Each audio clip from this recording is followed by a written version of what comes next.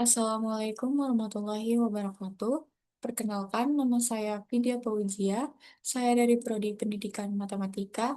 Di sini saya akan menjelaskan tentang penurunan rumus luas permukaan benda putar, dari mana asal awalnya rumus luas tersebut, serta satu contoh soal beserta jawabannya, untuk memenuhi penugasan mata kuliah kalkulus integral.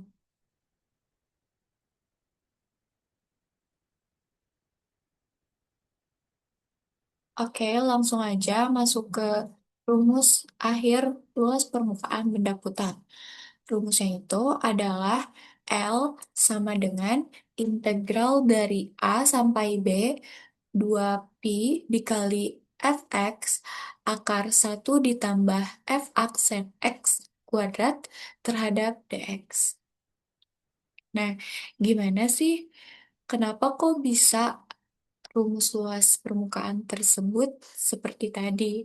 Di sini saya memiliki perumpamaan sebuah tabung, yang dimana tabung ini memiliki rumus pi sama dengan pi dikali r kuadrat dikali t. Nah, r ini merupakan sebuah jari-jari dan t itu adalah tinggi tabung. Oke, masih dalam visualisasi sebuah tabung. Di sini saya memiliki sebuah tabung, lalu ketika sebuah tabung ini diambil potongan tipis di tengah-tengah, setebal dx. Oke, yang ini. Maka potongan itu ketika, bayangkan ketika tabung itu digunting, lalu dibentangkan, maka eh, akan menjadi persegi panjang. Nah, kenapa luasnya itu sama dengan keliling dikali panjang? Karena ketika tabung ini kita umpamakan digunting, lalu dibentangkan, seperti pada gambar di samping ini, maka sisi yang melingkar pada sebuah tabung itu akan menjadi panjang. Dan ketika menjadi panjang, ia akan menjadi sebuah keliling yang dimana rumusnya adalah 2pi r. Sedangkan tinggi pada tabung akan menjadi lebar atau ds, atau biasa disebut dx.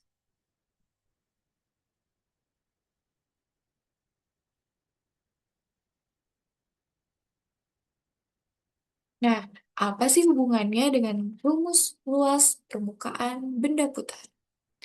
Jadi, sebuah tabung yang telah divisualisasikan sebelumnya itu menghasilkan rumus ds sama dengan akar 1 ditambah f aksen x kuadrat dx. Maka hal tersebut adanya keterkaitan dengan luas permukaan benda putar juga, sehingga berubah menjadi dl sama dengan 2pi r dikali ds. Lalu apa sih hubungannya dengan kalkulus? Nah, di sini ditunjukkan pada gambar. Hmm, Nah, jika menghitung panjang busur kurva, maka kita menggunakan rumus ds sama dengan integral A untuk B akar 1 ditambah dy per dx kuadrat dx. Jadi, ketika kita ketika rumus tersebut diturunkan, sehingga hasilnya adalah rumus luas permukaan benda putar, jadi begini langkah-langkahnya. dl sama dengan 2pi r dikali ds yang tadi telah dijelaskan pada visualisasi tabung merupakan rumus luas permukaan. Lalu r sama dengan fx. Ini disubstitusi. Dan selanjutnya ds sama dengan akar 1 ditambah f aksen x kuadrat terhadap dx. Lalu L sama dengan 2pi dikali fx akar 1 ditambah f aksen x kuadrat terhadap dx.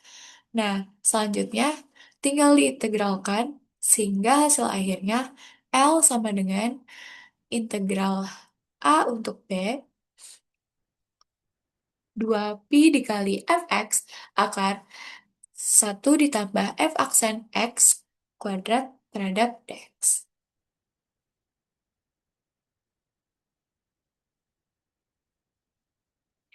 Lalu di sini saya memiliki contoh soal.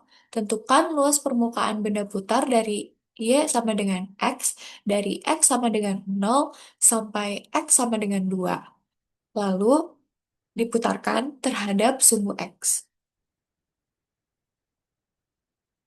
Sehingga penyelesaiannya f aksen X ketika ketika fx tadi diturunkan, maka eh, f aksen X-nya adalah 1. Lalu masukkan ke rumus L sama dengan integral integral eh,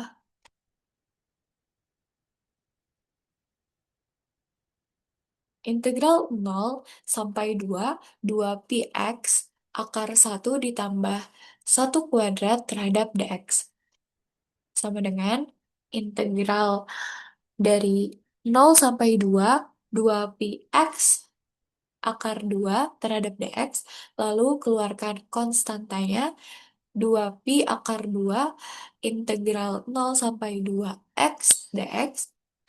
Selanjutnya, menghitung integralnya. Integral x dx sama dengan x kuadrat per 2, lalu substitusikan batasnya 2pi akar 2 x kuadrat per 2 untuk integral 0 sampai 2. Lalu karena 0 ini akan tetap 0 hasilnya, berarti kita tinggal masukin yang batas 2-nya aja. 2pi akar 2 dikali 4 per 2. Sehingga 2pi akar 2 dikali 2, hasil akhirnya adalah 4pi akar 2.